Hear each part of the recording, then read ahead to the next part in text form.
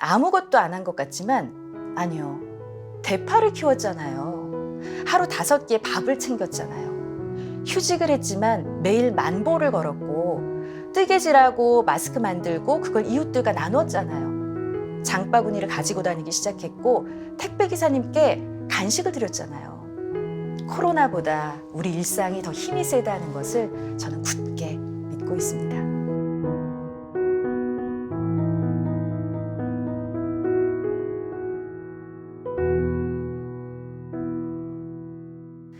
저는 CBS 아나운서고요.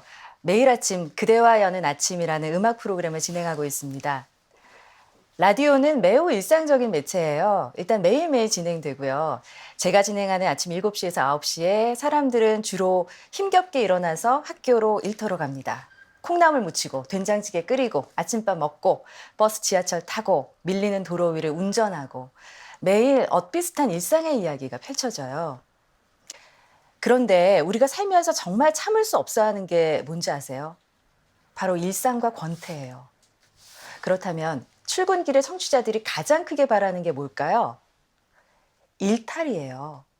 회사가 아니라 다른 길로 빠지는 것, 기차 타고 바닷가 가는 것, 일 안 하고 하루 종일 뒹굴뒹굴 거리는 것, 지각했는데 상사가 결근하는 것, 복권에 당첨되는 것. 웬만해서는 일어나지 않을 일을 꿈꾸거든요.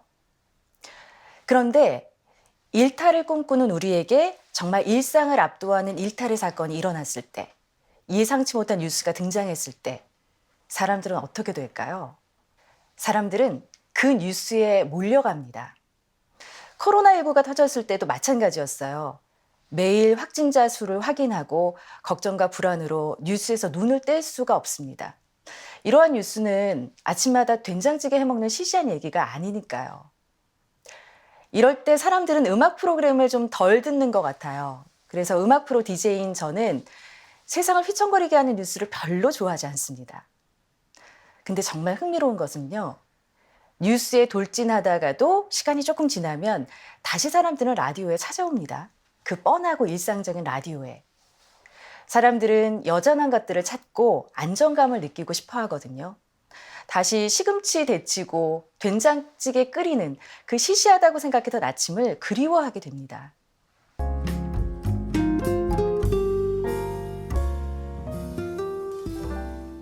올해 초에 코로나19가 발생했을 때 처음에는 예전처럼 일상의 사연을 가볍게 보내지는 못했어요.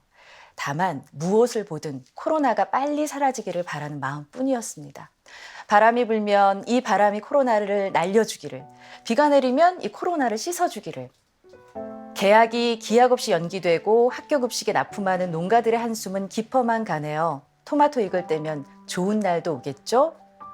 토마토 심으면서도 코로나가 사라지기를. 아무런 수입 없이 2달간 계속된 휴원, 동글동글 썰어진 소시지를 보며 이렇게 동글동글 평범한 일상이 가능해졌으면 좋겠습니다. 소세지를 붙여도 코로나가 사라지기를. 지금 1호선 전철에는 사람들이 많아요. 저처럼 재택이나 휴가 내기 어려워서 출퇴근하는 사람이 많다는 거겠죠. 매일 출근하면서 코로나 걸리는 거 아닌가 하는 두려움에 공포스러워요. 정신적으로 너무 힘들지만 그래도 아파트 화단에 하얗게 핀 목련을 보니 눈물이 왈칵 쏟아지면서 언젠가 마스크 벗고 출근하는 날 오겠지 희망을 가져보는 아침입니다. 시간이 조금 더 지나자 생활에 어려움이 담긴 사연은 굉장히 많이 들어왔습니다. 다들 어렵고 힘들다는 사연들이었어요. 근데 또 다른 공통점이 있다면 애쓰고 있다는 거였어요. 아무리 힘들어도 원망하기보다는 견디려고 하고 마음을 편하게 하려고 애쓰는 모습. 근데 오히려 이게 더 눈물겹게 느껴졌어요. 그렇다면 코로나 시절에 우리는 대체 어떻게 어디에서 다시 살아갈 힘을 얻을까요? 라디오는 그걸 관찰하기에 매우 좋은 곳이에요. 다시 사연들을 좀 보시죠. 한 달째 못 내려오고 있는 남편이 걱정이 되어 혼잣말을 몇 번 한 적이 있는데 그걸 듣고 큰아이가 걱정 인형을 만들어서 손에 쥐어주네요. 저희 남편이 어려운 회사 사정으로 실직을 했어요. 처음엔 제가 걱정할까 봐 남편이 괜찮다고 오히려 저를 위로해 주었어요. 저희 중3 아들은 아침 8시만 되면 누가 시키지도 않았는데 약국에 가서 할아버지 할머니, 심지어 제 것까지 마스크 번호표를 받기 위해 늦잠을 포기하고 일어납니다. 삼식이하는 아들을 위해서 점심은 좀 정성을 들여서 차려줄까 해요. 서로의 마음을 돌보면서 우리는 중심을 잡기 시작했어요. 꼭 부모가 자식을 돌보는 게 아니더라고요. 아이가 엄마의 마음을 위로하고 실직한 남편이 오히려 걱정하는 아내의 마음을 위로하고 손자가 할아버지 할머니 마스크를 챙기고요. 엄마는 삼식이하는 식구들을 먹이기 시작합니다. 근데 이 밥은 그냥 먹는 밥이 아니라 적극적으로 해 먹이는 밥이에요. 하루 3끼라고 하지만 중간중간 간식까지 5끼를 먹는데요. 매일 아침 대체 오늘은 뭘 해 먹여야 하느냐, 메뉴 레시피 공유하자라는 사연이 이때부터 올라오기 시작합니다. 다시 계란말이하고 김치볶음밥 만드는 사연들이 등장하기 시작했습니다. 근데 저는 좀 울컥하더라고요. 이건 시시한 이야기가 아니더라고요. 세상이 휘청거릴 때 서로를 꽉 잡아주고 돌보는 게 진짜 중요해지는데 그중에서 가장 기본이 먹고 먹이는 거더라고요. 매일의 식단은 생존의 기록이고 생활의 기록이고 생기의 흔적이었어요. 힘을 내고 있고 힘을 내고 싶다는 증거였어요. 이런 이야기는 다른 사람들로 하여금 먹고 싶게 하고 먹이고 싶게 하고 생기를 전염시키는 특징이 있습니다. 무엇보다 저는 다시 이런 이야기가 들려올 때 안심을 했어요. 우리가 무사하구나 그런 생각이 들었거든요. 서로를 돌보면서 우리는 버텨가고 있더라는 얘기를 드리는 거예요. 근데 돌봄은 가족끼리만 이루어진 게 아닙니다. 305호입니다. 코로나로 집콕하며 나누어 쓰려고 뜬 수셈입니다. 별거 아니지만요.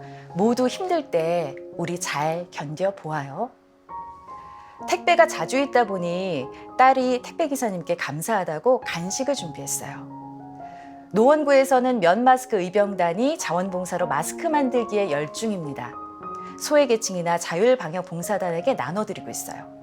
점심시간도 벽 보고 밥을 먹어요. 점심은 대충 때우거나 굶거나 하는 팀원들에게 나눠줄 김밥을 준비하니 그래도 마음이 좀 편해지네요. 지금 누구 하나 쉬운 사람은 없거든요. 근데 가족도 아니면서 사람들은 서로를 챙기고 있었어요. 뭔가 결핍이 있다 보니까 오히려 돕는 게 가능해지는 것 같습니다. 혼자의 힘만으로는 안 된다는 걸 알게 됐으니까요. 당신이 건강하고 잘 지내야 나도 건강하고 잘 지낼 수 있다는 걸 깨닫게 됐으니까요. 코로나 시절에 우리는 어떻게 견디는가, 어디에서 힘을 얻는가. 제가 관찰한 건 이렇게 서로를 돌보는 힘이었어요.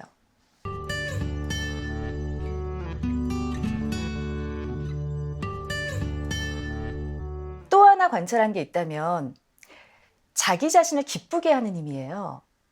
이 시절이 길어지면서 사람들은 고통의 시간을 이기는 방법들을 저마다 찾아내는데요.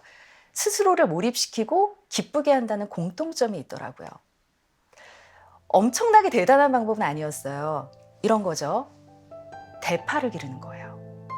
요즘 한 가지 식물을 기르기 시작했어요. 그 식물은 슈퍼에서 사온 대파예요. 물에 담가놨는데 쑥쑥 자라서 저에게 기쁨을 주네요. 요즘 집에서 홈메이드로 이것저것 만들어 먹는 재미에 빠져 있습니다. 어제 만든 딸기 라떼. 얼마 전에 아프리카 악기 칼림바 장만했어요. 올해는 쭉 칼림바만 파려고요. 여행을 좋아하는 저는 베란다를 이렇게 꾸며두고 리조트라 생각하고 거리두기를 하고 있어요. 점점 더 잘 견디는 방법을 개발하게 되네요. 베란다 리조트, 베란다 텃밭, 식물 키우기, 콩나물 기르기. 방콕하며 동영상 보고 프랑스 자수 배워서 가방을 만들었어요. 뜨개질하기, 필사하기. 지금의 이 시간을 그냥 우울하게 수동적으로 보낼 수 없어서 괜찮은 시간으로 전환시켜 보려는 의지는 이런가 무언가를 시작하게 하고 몰입하게 했습니다. 안정적인 삶, 평온한 삶이 돼야 그때 비로소 내가 무엇인가 할 수 있다고 생각하는 건 착각일지도 모르겠어요. 우리는 가장 불안정한 삶 속에서 무언가 하기를 시작했거든요. 몰입을 하면서 불안해하는 자기 자신을 잊어버릴 수도 있었겠어요. 좋은 상황이 아닐 때는 스스로를 더 적극적으로 기쁘게 하는 일이 필요하다는 걸 깨닫게 된 거라고 생각합니다. 그리고 더 의미 있는 변화는 그동안의 삶의 방식에서는 몰랐던 것을 깨달을 수 있었다는 거예요. 처음에는 심심한 것 같더니 이제 오히려 괜히 만나서 쓸데없는 대화를 많이 했던 것 같기도 하고 혼자 있는 시간을 꾸려보는 연습을 할 수 있는 기회가 된 것 같아요. 좀 더 간결해진 것 같은 기분이 들어요. 저녁에 일찍 들어가니 저녁도 같이 먹고 초딩 아들과 시간을 보낼 수 있어 좋은 점도 있습니다. 제가 6시 반에 일어나서 산책을 한 지 이제 일주일쯤 돼가는데 작은 습관 하나가 삶의 질을 바꿔놨어요. 제가 책을 즐겨 읽지 않는데 아침에 조금 더 일찍 일어나서 책 읽기와 글 쓰기에도 한번 도전해 보려고요. 지하철에서 휴대폰이 아닌 책을 손에 올려두고 독서 삼매경에 빠진 사람들이 부쩍 늘었어요. 제로 웨이스트라고 일회용 안 쓰기 운동에 동참하게 됐어요. 지금 코로나뿐만 아니라 여러 전염병 사태를 빚은 것은 환경 문제 때문인 것 같더라고요. 저는 제일 먼저 한 게 시장 바구니 들고 시장 가는 것, 커피숍 갈 때 텀블러를, 티슈보다는 손수건을, 커피 필터도 천으로 된 걸 사용하게 됐어요. 그동안 단 한 번도 경험해보지 못했던 시간을 보내면서 삶에 대한 태도와 방식이 달라지는 거죠. 외부로 향했던 에너지가 내면으로 향하고요. 한 번도 제대로 관심을 가져보지 못했던 자기 자신에게 시간을 내고요. 환경 문제에도 관심을 갖게 되고요.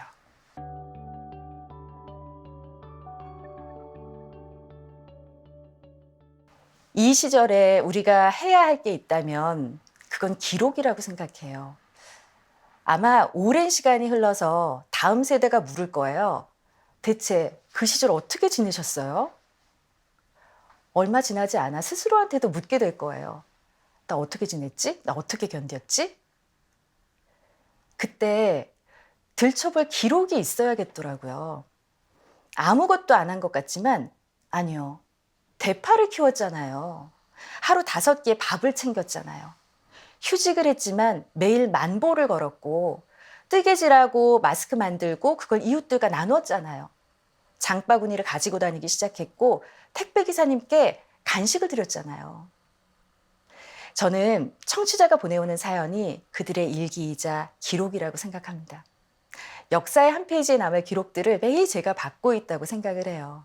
저는 2020년을 동네 산책을 하고 산책 기록을 남기고 책을 읽고 책 기록을 남기면서 보내고 있어요. 산책을 하면서는 꼭 가장 눈에 들어오는 아름다운 풍경 하나를 사진 찍어서 함께 기록을 해둡니다. 아무것도 못했던 한 해 같지만 매일 가장 아름다운 풍경 하나씩을 찾아냈던 한 해가 됐어요. 반전의 기쁨이 있습니다. 우리는 걱정을 할 수 있고 불안을 느낄 수가 있어요. 그걸 기록으로 남기는 거예요. 그러다가도 다시 평온한 마음을 찾을 수도 있어요. 그것도 기록으로 남기는 거예요. 그러면서 우리가 배양할 수 있는 능력은 내 마음을 전환할 수 있는 힘 같아요. 어제는 불안했지만 오늘은 힘이 조금 더 날 수 있고 내일은 다시 힘들어질 수 있지만 그 다음 날은 희망이 생기기도 한다는 것을 경험한다면 그리고 그것을 기록을 통해서 보게 된다면 우리는 조바심을 내지 않고 자기 자신에게 기회를 줄 수 있다고 생각해요. 매일매일은 조금씩 달라도 이건 리듬을 타는 것뿐이라고 잘해오고 있는 거라고 스스로를 응원할 수 있습니다. 아무것도 남지 않았어가 아니라 하루하루를 이렇게 살아냈어. 이렇게 되는 거죠.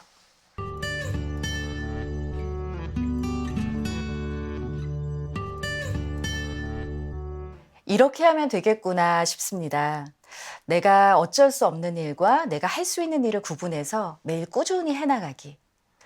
사회적 거리두기 속에서도 우리를 연결해 주는 것 찾기. 저는 라디오가 그러기에 매우 좋은 도구라고 생각해요. 라디오 곁에 두고 내 하루를 기록하고 전달하고 타인의 기록을 경청하면서 그렇게 서로 응원하면서 견뎌갈 수 있겠구나 싶습니다. 돌봄의 힘과 스스로 발휘하는 기쁨, 기록의 힘은 우리를 덜 흔들리게 할 거예요. 제가 최근에 들은 말 중에 좋았던 건 행복과 불행 사이에 다행이 있다는 말이에요. 다행인 삶을 감사할 수 있을 거예요. 이 시절이 너무 길게 이어지지 않기를 바라지만 코로나보다 우리 일상이 더 힘이 세다는 것을 저는 굳게 믿고 있습니다. 오늘 저희 얘기 함께 해주셔서 진심으로 감사합니다.